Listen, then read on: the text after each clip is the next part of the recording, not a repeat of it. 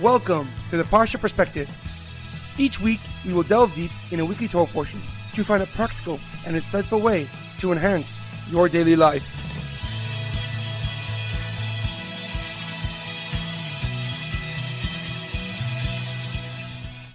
Thank you for tuning in.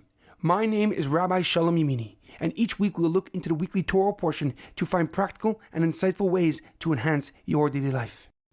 This week's Parsha Perspective is in honor of our homeland, Eretz Yisrael. May HaKadosh Baruch Hu protect our brave soldiers and grant them strength and victory. The Parsha Perspective is in loving memory of Ohr HaChaim ben Mordechai, Edward ben Ephraim, Shlomo ben Edward, and Yerachmiel Daniel ben Gedaliah. May their souls be uplifted and may their memories be a blessing. This week's Parsha Perspective is in honor of the Refuah Shalema of Reuven ben Rachaleah, Binyamin ben Tova, Raphael ben Mazal, and Orna bas Lili. May they have a complete and speedy recovery. This week's Torah portion is Parshas Behaalosecha, Beyond the Journey. Our Parsha begins with God commanding Moshe Rabbeinu that Aaron HaKohen, his brother, the high priest, the Kohen Gadol, is to light the menorah each day in the Mishkan. Moshe is then instructed regarding the purification process of the tribe of Levi, of Shevet Levi, before they begin to work in the Mishkan. They were sprinkled with the purifying water, they removed all their hair, and brought special offerings before assuming their sacred and their holy role. As the Jewish people were preparing to continue their travels throughout the desert, a group of men who were tamei, who were ritually impure at the time of the Korban Pesach, approached Moshe Rabbeinu with a question. Why should they lose out on the opportunity to participate in this very important mitzvah in this holiday of Pesach? And Moshe Rabbeinu asks Hashem, who responds and introduces the concept of Pesach Sheni, granting a second opportunity to those who are unable to bring the Korban Pesach at its proper time. The Parsha concludes with Miriam Hanaviah, Moshe Rabbeinu's sister, speaking critically of Moshe Rabbeinu in a conversation with their brother Aaron HaKohen. And although her intentions were noble, her words crossed the boundaries of Lashon Hara. And God responds by afflicting Miriam Hanaviah with saras, with leprosy, and she is sent outside the camp for 7 days. Moshe Rabbeinu begins to pray for her recovery, crying out, "Please God, heal her now." And yet God explains to Moshe Rabbeinu that despite Miriam's righteousness, her words required correction. And the entire Jewish nation delayed their journey and waited for Miriam Hanaviah to return to the camp, honoring the woman who once stood watch over Moshe Rabbeinu as he was a baby in the Nile River. However, a question comes to mind. As the Jewish people traveled throughout the desert, every journey, every encampment was determined by the Anani HaKavod, the cloud of glory. When the cloud rested, they remained where they were. And when the cloud moved, they traveled and they continued along in the path of the cloud of glory. Yet the Torah does not state this idea once or twice. Over the course of many psukim, the Torah repeats this idea again and again, that the Jewish people traveled according to the Anani HaKavod, and where they camped was where the cloud was. The Torah is usually very precise with its wording.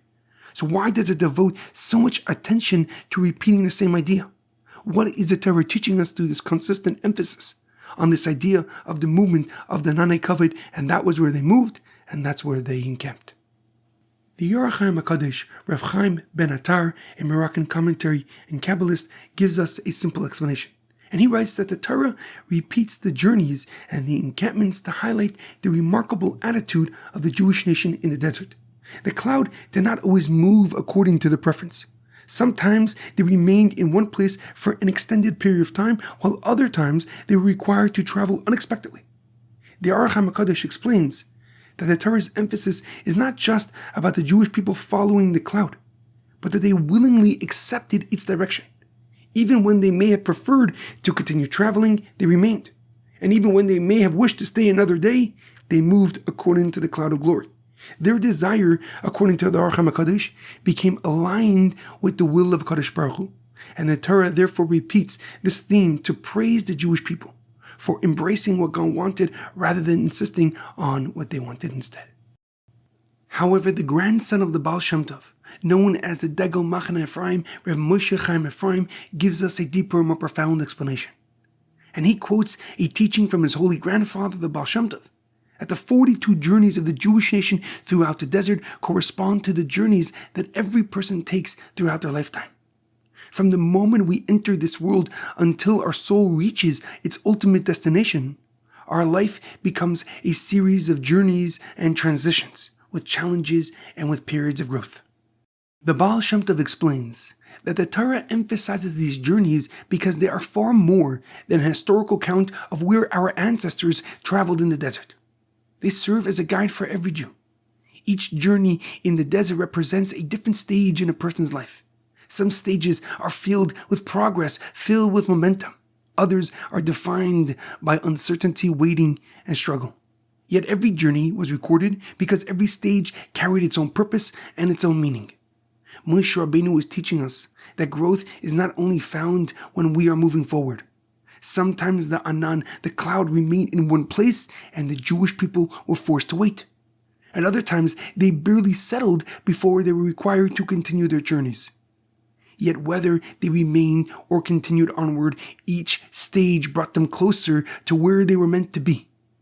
When we often celebrate the progress and advancement while viewing periods of waiting as obstacles, the Torah is teaching us that they are both essential parts of the same journey. The Jewish nation cannot always understand why the cloud, why the Anan HaKavod remained in one place, or why it suddenly moved. Only HaKadosh Baruch Hu sees the entire journey from beginning to end. And looking back at every encampment, at every journey, they brought them closer and closer to the promised land, to the land of Israel. And the Baal Shem Tov teaches us that this is the same truth with our own lives. What appears to be a setback, what appears to be a detour or a period of waiting, may be in fact the very thing preparing us to where we are meant to be and where we are meant to go. In our daily life, it is imperative to realize that not every important step forward is immediately visible. We often measure progress through results, through achievements, and through milestones, while overlooking the preparation that makes those accomplishments possible. Some of the most important periods of growth occur when little appears to be happening at all. Success is rarely built through consistent movement alone. There are seasons of advancement and seasons of preparing. And when we learn to value both, we develop the patience, we develop the perspective and the resilience necessary to reach our goals and achieve far beyond what we once imagined possible. There's a profound quote that I once read. It may be attributed to Marcus Aurelius. The impediment to action advances action. What stands in the way becomes the way. Have a great weekend and good Shabbos.